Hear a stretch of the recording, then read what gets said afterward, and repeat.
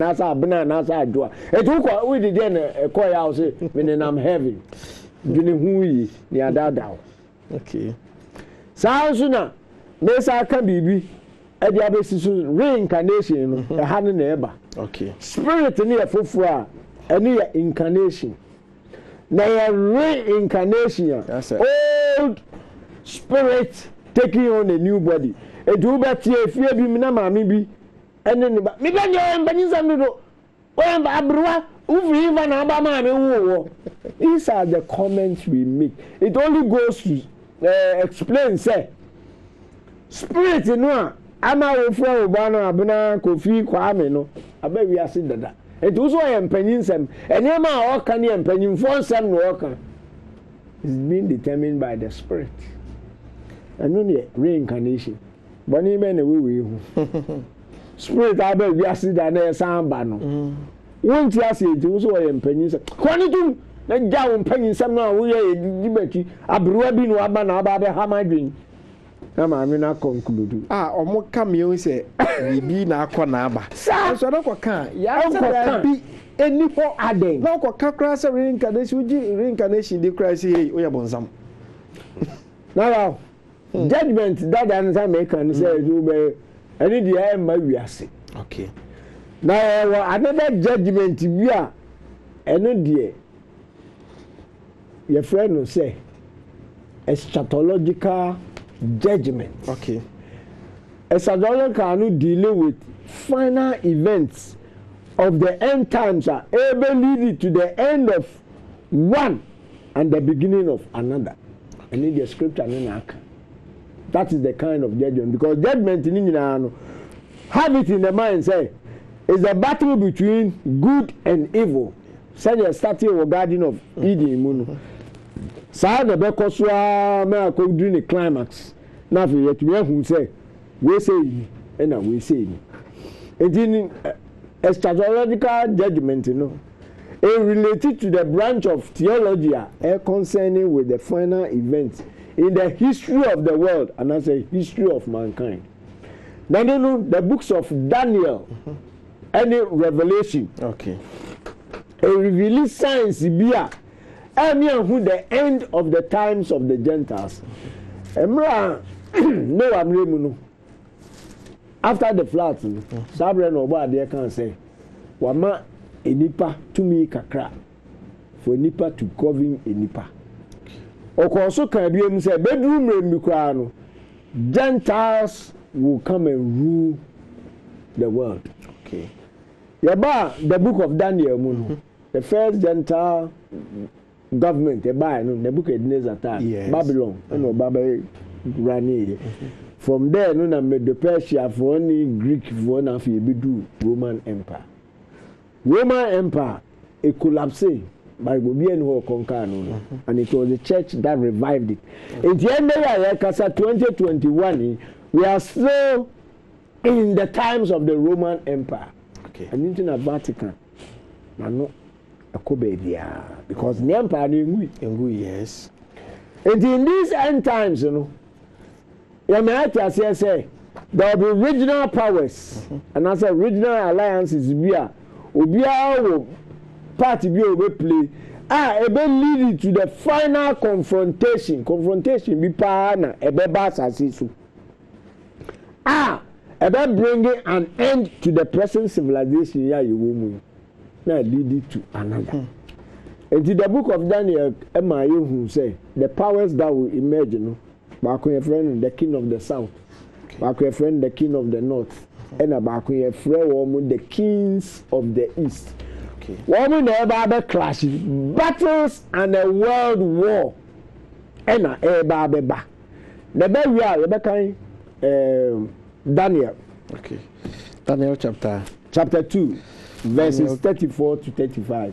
Daniel 2, 34 to 35. Thou sawest till that a stone was cut out without hands, which smote the image upon his feet, that were of iron and clay, and break them to pieces. 35. Then was the iron, the clay, the brass, the silver, and the gold broken to pieces together, and became like the chaff of the summer threshing floors. And the wind carried them away, that no place was found for them.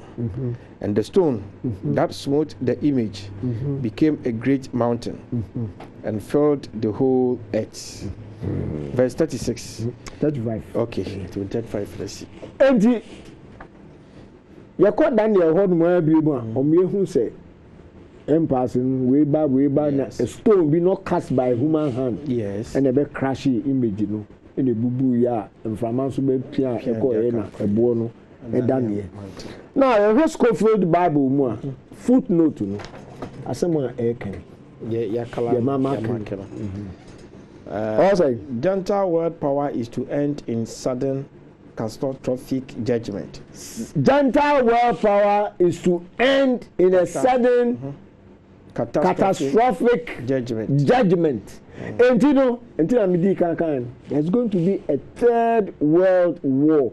All the nations are going to gang up against Hebrew Israelites. Make Israel we are doing Netanyahu no but scripture no we know nim Netanyahu no. You know the Israelites are making more Masagadamo. So the whole world is going to gang up. See Armageddon, Revelation chapter 16, verse 13 to 16. Okay. I say, and 2, it is immediately to be followed by the kingdom of heaven. Kingdom! Yeah, me say, we are going to see in a eschatological judgment, you know, we are going to see an end of one civilization and a beginning of another civilization. And you know, Gentile world power, Gentile dominion, no, of course, we are saying, a free world war be soon. There will be 2 regional wars, and a bit lead to this final world war. No. And now, about the train to me, or in Israel for aligning themselves to their purpose. Yeah, and the bed move here who say, about the not talking kind of scripture, no, so may way. I'm a man who say, me, anyone yummy.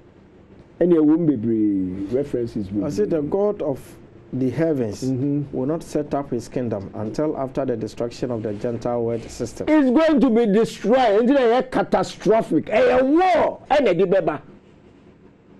War and kasa ne bebe we are. Oh, the author has a me work on heaven. So that's the criteria. Oh, no call heaven. Oh, no.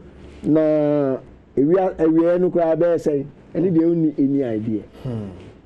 I say it is noteworthy that Gentile world dominion begins and ends with a great image. That is Daniel 2:31, Revelation 13:14-15. I say this stone must not be identified with the church as some. Could catch them. Maybe also more. Sorry, send something the country news. Only one the pretty when I saw them. See, stone not cast by hand. Oh, hey, Jesus Christ! The Jesus Christ only we need it. Sana so be believe.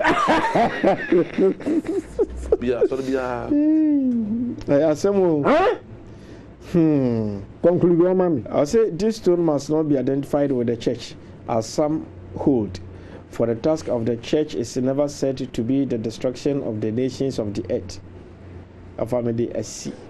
Ezekiel 39. Therefore, Ezekiel 39. 11 to 13. 11 to 13. Kuya yeka wansemi ansana be kan. Enipa bebrebe there will be bloodshed. Ebi si assassin should die. Okay. Third world war never. Third world war never ban. Okay. Enipa don bloodshed. Mankind experience it that because it's the last war ebeba assassin so. Okay. For the next after the 1,000 years maybe BNC. Okay. Enti kan Ezekiel say. Ezekiel chapter 39 verse number 11. And it shall come to pass in that day that I will give unto Gog a place there of graves in Israel, the valley of the passengers on the east of the sea, and it shall stop the noses of the passengers, and there shall they bury Gog and all his multitude, and they shall call it the valley of Hamon Gog. Verse 12. And 7 months shall be house of Israel by be burying of them, What? that they may cleanse And to call that chino, it will take 7 months to bury the dead. and 7 months shall the house of And yet, Israel be burying of them, Eba. that they may cleanse the land. Hey, see any passage 7 months. Yeah, they will cleanse the land. Because the whole world they buy to gang up against the Israelites. And the casualties, a tefa almost. 7 months. If I'm for 13 and 12, but say, yeah, all the people of the land shall bury them, and it shall be to them a renown the day that I shall be glorified, said the Lord God. And the judgment will be the everybody say, and the cry, ebe consume and throw, and one more cry and throw no more. That was asasi so. Senya righteousness. Ebesa resurrect na babetina enipem. Revelation 20. Revelation chapter 20. Okay. Na Revelation chapter 20. Verse number 1 to 3. Verse number 1 to 3. And I saw an angel come down from heaven, having the key of the bottomless pit and a great chain in his hand. And he laid hold on the dragon, that old serpent, which is the devil and Satan, and bound him in 1,000 years. Verse 3. And cast him into the bottomless pit, and shut him up, and set a seal upon him, that he should deceive the nations no more, till the 1,000 years should be fulfilled, and after that he must be loosed a little season. And I saw thrones, and they sat upon them, and judgment was given unto them, and I saw the souls of them that were beheaded for the witness of Jesus. Okay. And the overkind way, the 7 prophetic stations way. Okay. Scripture now be can. Okay. The 7 prophetic stations of the kingdom of Yah. Kingdom of Yah. 1. Exodus. That was the time. You 2 and 67. Yes. You free America. You could play Liberia. That is the Exodus. 2 near the establishment of the kingdom of Yah. 70. Benami could rule Israel. Yes. 1970. Proclaim say, number 3. What about the formulation of the doctrine of the kingdom of Yah? Formulation, your experience, any yeah, about the demand and the man be formulated. Send you be see assume about the okay. In the earlier, we can say to rebuild the street and the highway. Yes. And only the formulation. Okay, of the doctrine of the kingdom of Yah. Fantastic. 4. The heralding of the gospel of the kingdom of Yah. Ebi ni edagusu ayeken. Ahine nabo. Eno ni asabo a yesi ebeka akosi awie ansa na awie namba. 5. The eschatological judgment. And then here comes 1,000 years. Revelation 11:37. Okay. 1,000 years. And then 6. The binding of Satan. 20 verse 1 to 3. And 7. The millennium. 1,000 years of peace and whatever. So that is the 7 prophetic stations. Wow. Now, ya nipa say you do kingdom age. Okay. You do kingdom age, and then the last of all ordered ages are determine human life. Was I mean, the man who be see or okay. Says a case to us soon, yeah, Chese nya don hwere na bisa mi kan kwaku die ni so ne mo enti de besia ye bada of apoku dankwa ase ose ye de besia na otwe a ye di anim no ye bewura ma bi adu na busia be ba won chen wa homa no se na ba beje wo so adwen kyerɛ won komo a ye di no me sɛ wo frɛ na ba abotre emu na afi so de onte ase no waka ne a kyɛwa se ya na odum TV no volume no na low no kra man ko to 0 na afi ye ntumi enkasa ye na meka wo sɛ wo Cape Coast and then krabata no Cape Coast de no obefrɛ brother Kofi pacho tie number ni pa brother Kofi number no 0507 319 419 Cape Coast mpatam ho ni nyina no mo ampese mo ye part of the movement no mo Cape Coast ntemu a obefrɛ brother Kofi 0507 319 419 na wajo so afi mankasim so ba bi foforo yenya yehia no mankasim new mankasim St Michael's Preparatory School wo Catholic School estate no achi ho ana yehia. Hello, good afternoon. Good afternoon. Me pacho din ba bia ofrefi me pacho ya frame Sofo Kwame me frefi Kumasi. Sofo pacho metio Radisha abejafo na Oshira Mr. Israel ne Nana Dankwa. Amoda wase. Na me pese me kache Mr. Israel se asofo juma no ye preach wi asim de kan ye bia no. Se woti ase o se wonti ase ye me chirichi mu nche onyame na nche mu nche ye ma wo na so edi me pese me se papa ne se me se no o kana se wi a on no bi on ko ye nche bia di kaka me so me kan so o ja so nche se ra say amen. Amen. Me da wasi pi o dia me na ta to ase asem no. Right, abusia so wetu afre no badwuma dem so na me ka wo say Israel Reproductive Fiber Center. Wo mo ana de Odinga no aba edwaso de friend say eye Odinga man power powder no. Ene nyame adom yetu ne press de friend say to paye no. Enti sawe no ana se bia ye oden se odigu enkwan mu adi ana de gu kokomanom na ye ode a ye de ne to paye no so aba. Memfa ofrefo yansa. Hello, good afternoon. Yeah, good afternoon. Me pa chodin ba bia frefi. Me didn't Nana ya me for Chumako for idea. Right, Nana meet you. We my brother and my friend for the past 5 years in Mosase. Nay, Obali di Binana Monene, and I say, oh, by.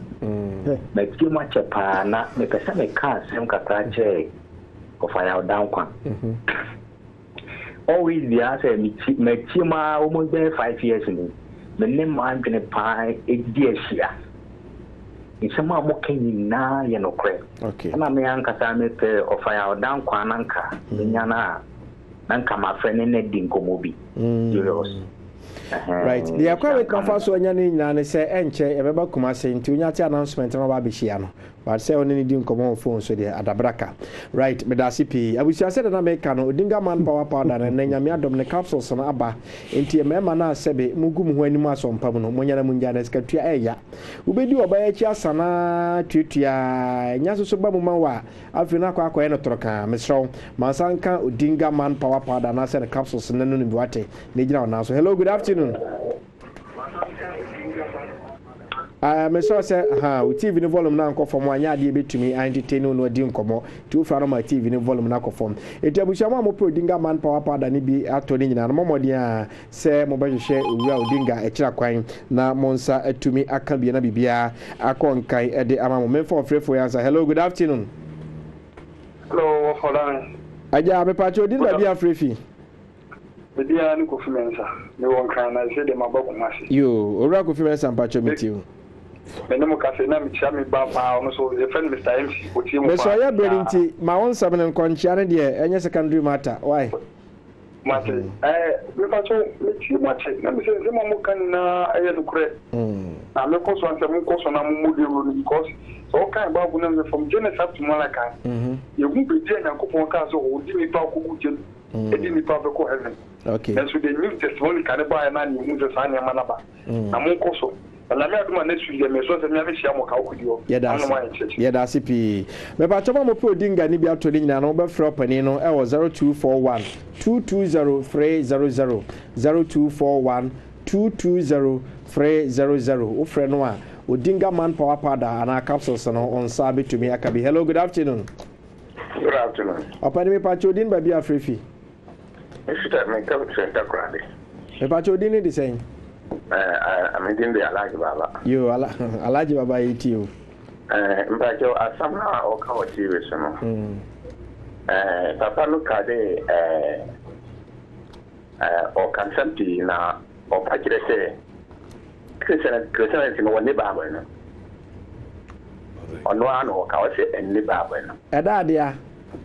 O say Christianity na en Bible no. Christianity. O say en Bible no. One can say Christian